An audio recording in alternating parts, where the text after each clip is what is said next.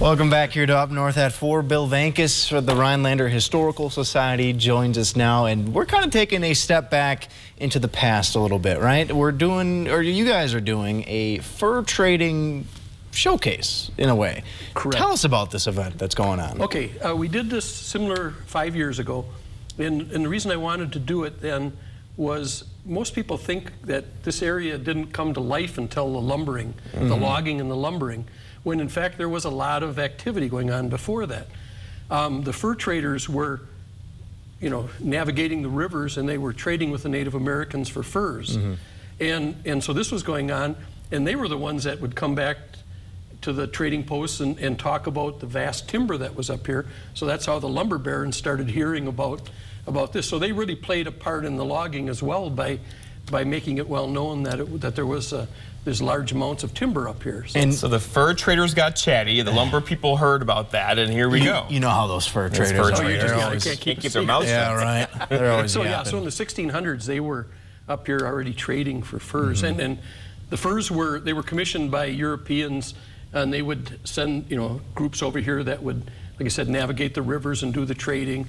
And the Native Americans liked metal objects, pots, pans, knives, things, so they would trade for that. And Jerry, John Paul, who is coming up here, is an old college friend of mine, who so it works out well, and he just has so many cool stories. Like, for instance, when they recruited a crew for these canoes, they would target young teenagers who couldn't swim. And the reason they did that, I'm a little nervous about where this is going here. No. They wanted strong individuals that could carry these, because they would bale the furs in like 80-pound bales. So you had to have some strength to do it. But the canoe also could go over rapids and things and tip, and they wanted somebody that was more likely to stay with the canoe, not jump out if it got rough.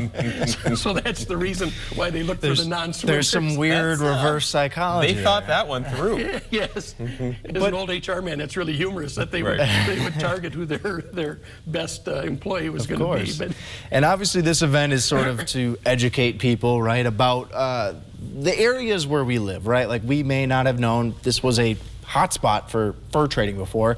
So how do you kind of go about getting people involved and like showcasing, hey, here's what a day-to-day life was like for the fur traders back in the day?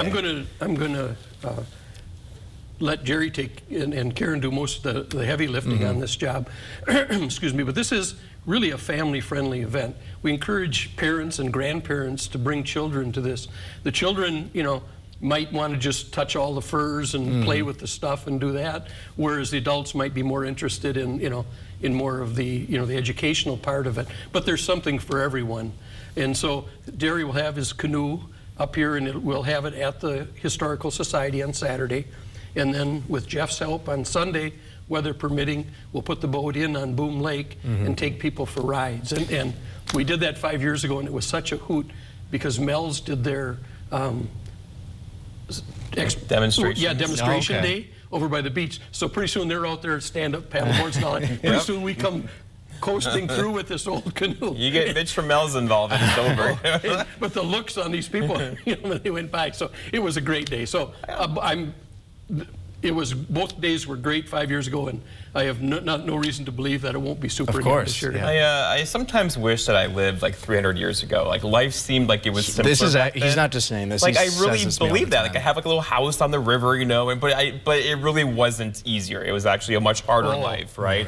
I tell people when they come to the museum, I thank God that I won the lottery and I was born now and not back then, because those people worked for a living. But that history is what's going to come alive with these tours. Am I correct? Correct. And they'll be in period dress, so they will look just like, if you could get into a Wayback Machine and go back there, this is what you would see. And this is like an authentic canoe as well, too? Correct. Wow. Correct. Yeah.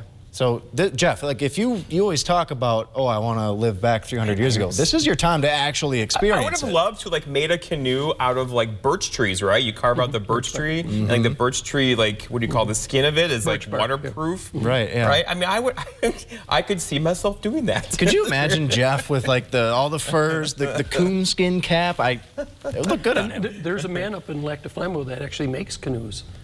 Jeff, this part is of the Ojibwe culture, and he he actually made one here within the last couple of years.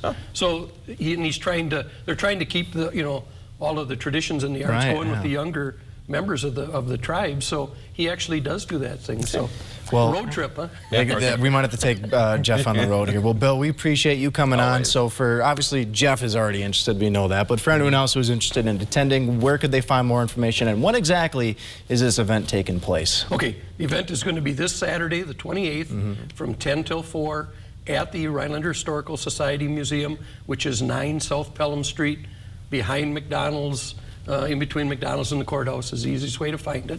So we'll be there on Saturday, and then hopefully we'll have the boat in the Boom Lake by the boat landing on Sunday, starting about 11, to take people for rides. Perfect. And again, it's all free.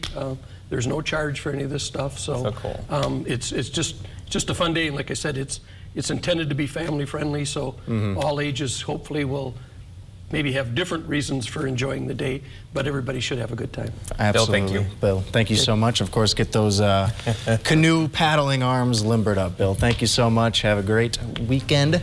Well, maybe we'll be out there. We'll be right back here at Up North at 4.